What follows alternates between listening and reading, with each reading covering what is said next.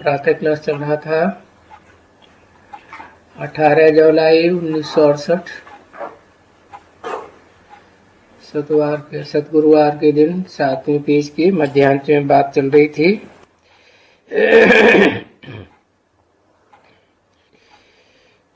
कि तुम जानते हो सतयुग में भी पवित्र रहते हैं और कलयुग में भी बहुत हैं जो पवित्र बनते हैं, क्योंकि ढेर के ढेर मनुष्य यहाँ हैं। तो ऐसे तो नहीं कहेंगे कि यहाँ उनका कोई कैरेक्टर बनेगा, सुधरेगा, कभी नहीं। चलो मान लिया विकार में नहीं जाएंगे, ये सभी मांसाहारी वाली ये सभी तुम तो वो नहीं करते हो, तो तुमको सुधारा जाता है।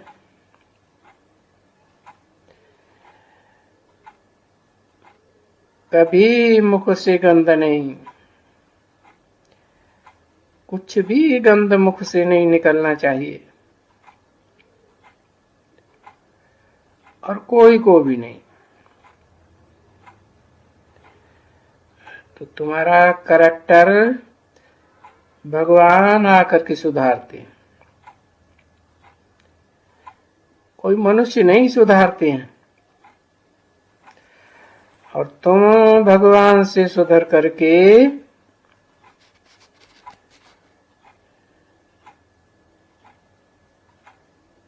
फिर तुम औरों को सुधार सकते हो।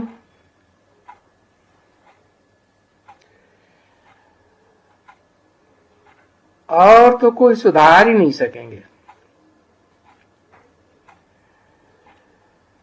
सिवाय ब्राह्मण कोई का भी कल्याण करैक्टर सुधार ही नहीं सकेंगे। ब्राह्मण जरूर चाहिए, क्योंकि ऐसा ड्रामा बनता है, ड्रामा के प्लान अनुसार बनता है, दैवी कैरेक्टर बनते हैं। उसको कहा जाता है इस दुनिया की आसुरी कैरेक्टर और नई दुनिया की दैवी कैरेक्टर। तो फर्क क्या है? वो पतित हैं इस दुनिया में और वो पावन है। तो पहले तो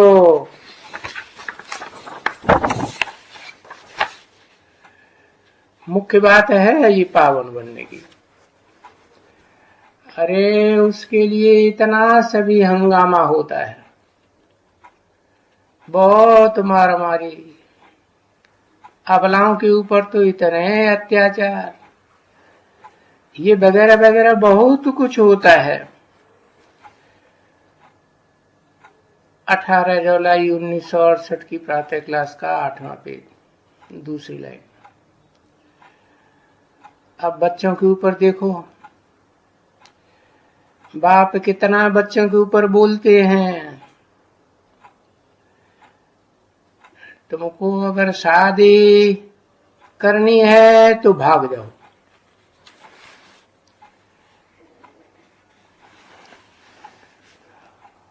उधर दुनिया में, लौकिक दुनिया में शादी के लिए बोलते हैं बाप कि शादी नहीं करनी है तो भाग जाओ। समझा ना कितना फर्क है। वो कहते हैं तुम शादी नहीं करोगे तो हमारा वर्षा नहीं मिल सकता।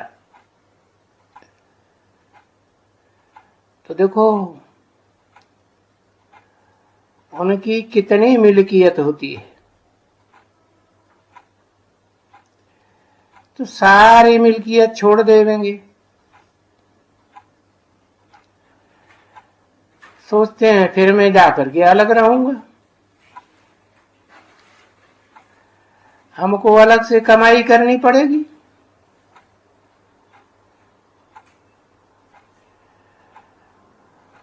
बाप की इतनी मिल्कियत इतना छोड़ देंगे ये तो हमको फिर कुछ भी नहीं देंगे। हाँ भाई, तो छोड़ना तो बेहतर है ना, अच्छा ही है, क्योंकि अभी बाकी समय ही कितना है।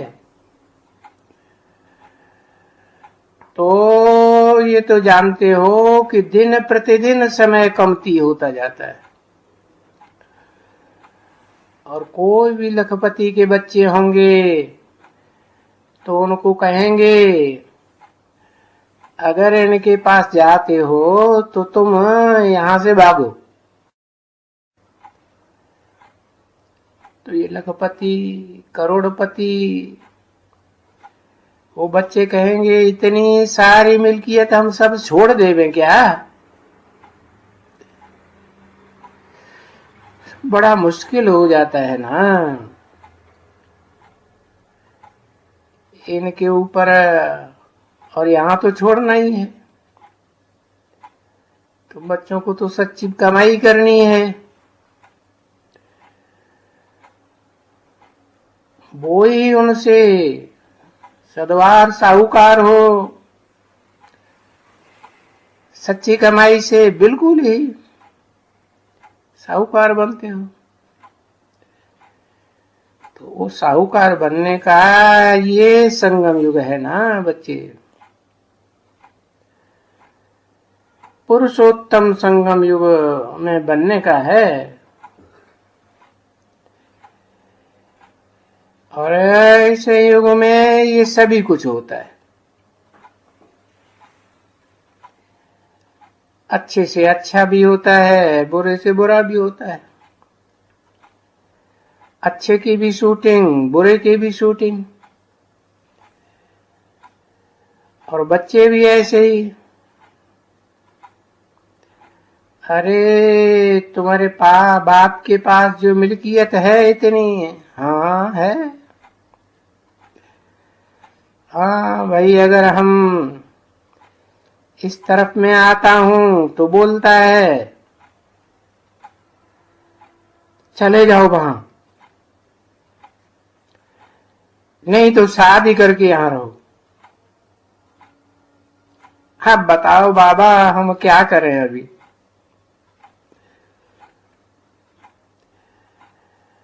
अभी ऐसे साहूकारों के घरों की ऐसी बच्चियां,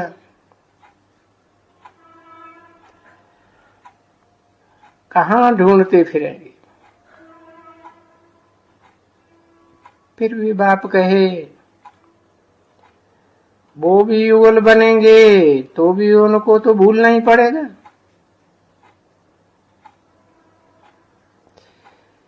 कि उनको भी भूल भूल करके, सबको भूल करके, सिर्फ अपन को आत्मा समझ करके बाप के पास जाना है।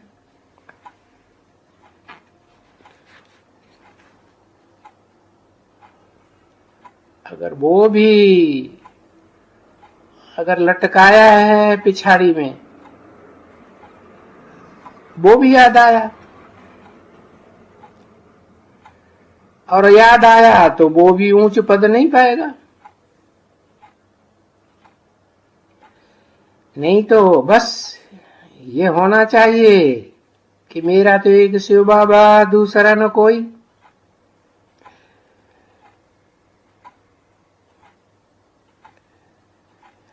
और युगल भी गंधर्व विवाह वाला, वो भी युगल नहीं। भाई मेरा तो एक शिव बाबा, दूसरा न कोई। तो उनको याद करते करते हम चले जाएंगे। तो देखो उस एक के ऊपर ही, जो ऊंचे से ऊंचा भगवंत है, उसके ऊपर ही तो गायन है। भाई गंगा का तट हो, मुख में जल हो, तब प्राण तन से निकले, बस, और किसी का नाम मुख पर न हो, बस गंगा का जल। तो वो गंगा पतित पावनी हो गई। तो ये है तो सभी समझने की बात है। आओ बच्चे, हाँ अब टाइम तो हो गया है।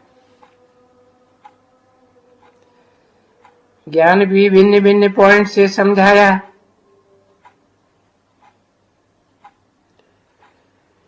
फिर ये क्या है तभी? तो ये तो बाप कहते हैं ना, उनके बच्चे ये तो योग है न ज्ञान है। बात है जरूर दो, तीसरी बात है ही नहीं। ज्ञान और भक्ति पीछे है वैराग,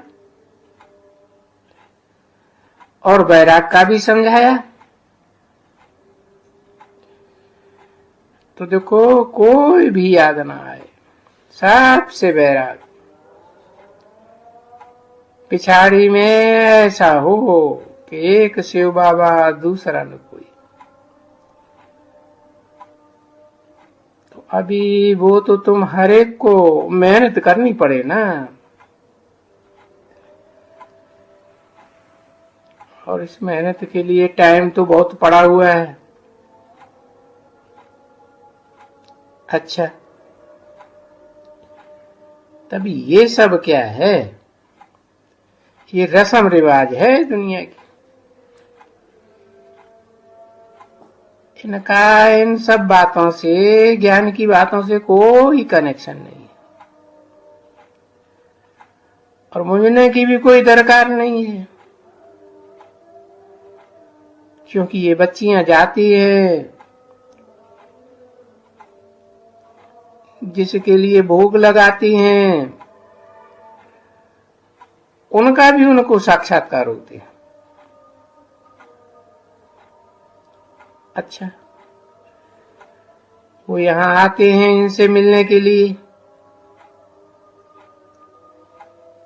जिनके पास पढ़ करके गए हैं।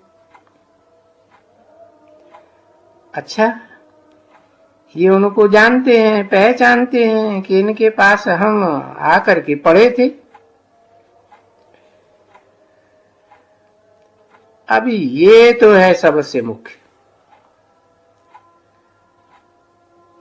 संगम युग, पुरुषोत्तम संगम।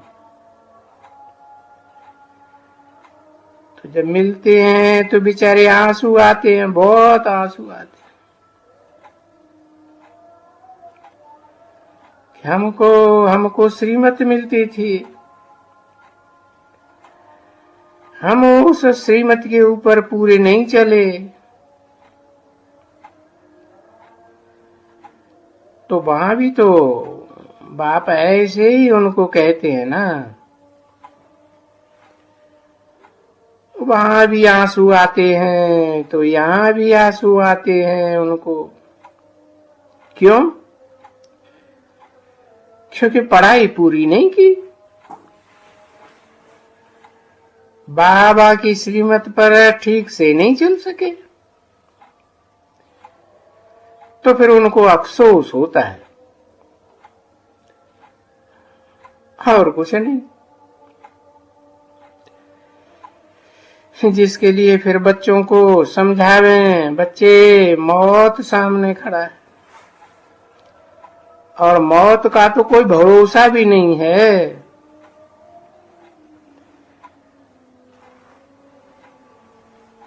तो करनी गौर को तो टम्पर दे दी, अब लट्टू लेजमा दे दिया, तो उनको कोई शरीर थोड़े ही दे देते हैं। ये तो बाप आते हैं, है बाबा बोलते, ये जो तुम्हारे पुराने हैं ना, है ये सब मेरे को दे दियो, बस इस देह को भूल, सिर्फ अपन को आत्मा समझो। समझी ना? मैं तुमको सब कुछ नया दे दूंगा।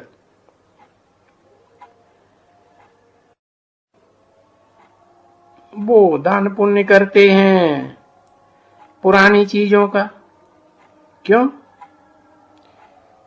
जरूर वो समझेंगे कि दूसरे जन्म में नया मिलेगा, क्योंकि लेन देन का हिसाब तो होता ही है, और बाप का है ही लेन देन का हिसाब।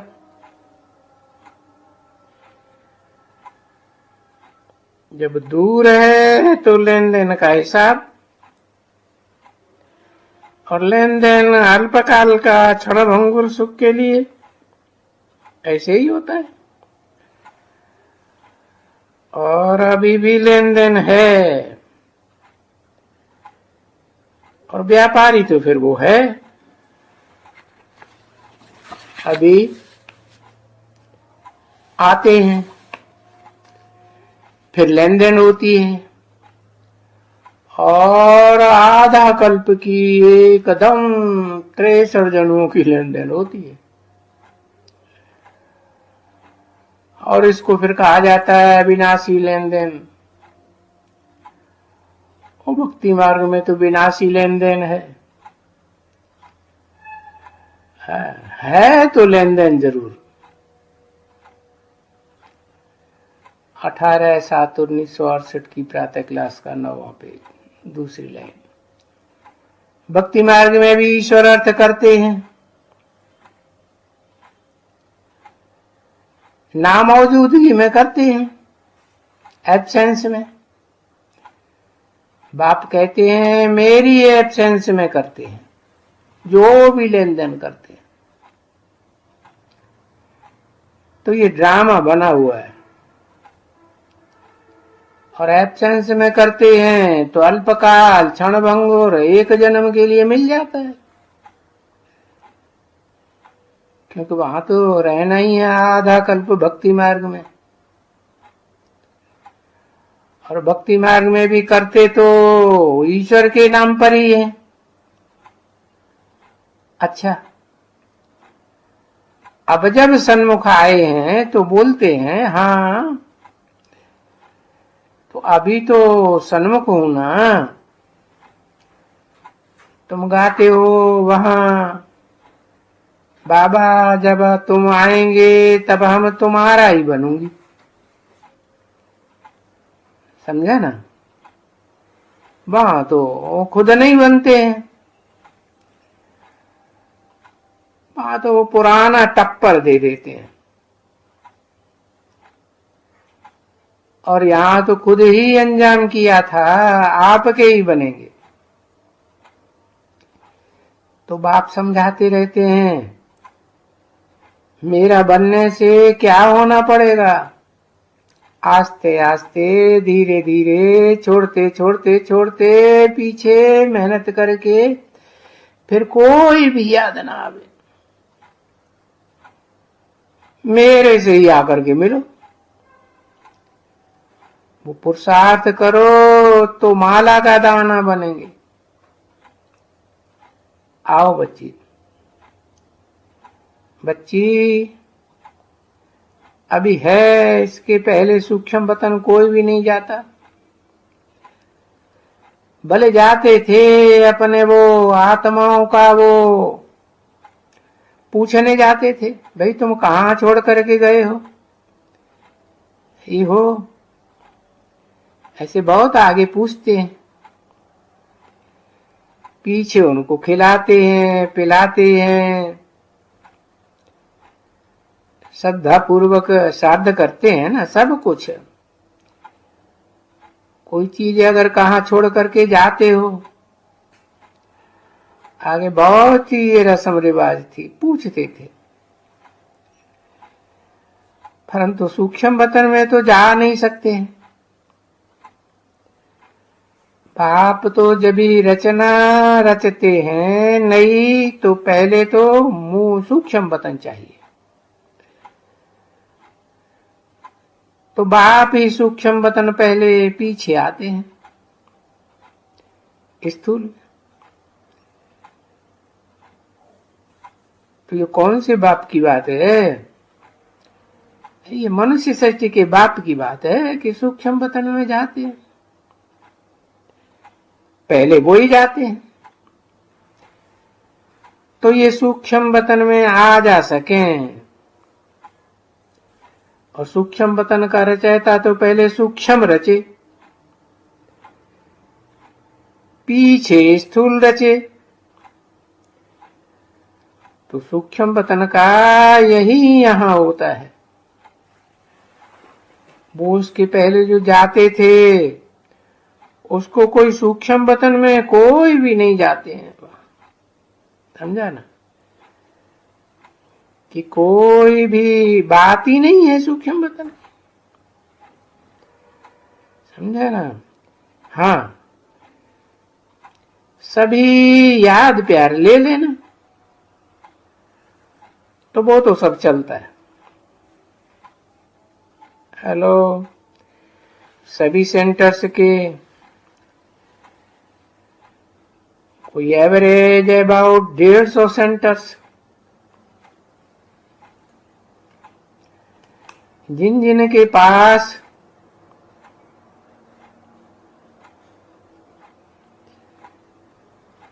टैप रिकॉर्ड मशीन है, उन सभी रूहानी सेंटर्स के ब्राह्मण कुलभूषण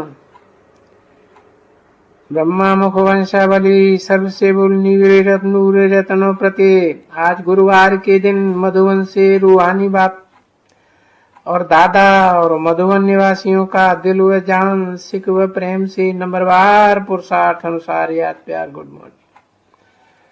मीठे मीठे सिकील दे रूहानी बच्चों प्रति रूहानी बाप व दादा का याद प्यार और गुड मॉर्निंग। मीठे मीठे रूहानी बच्चों प्रति रूहानी बाप की नमस्ते। ओम शांति।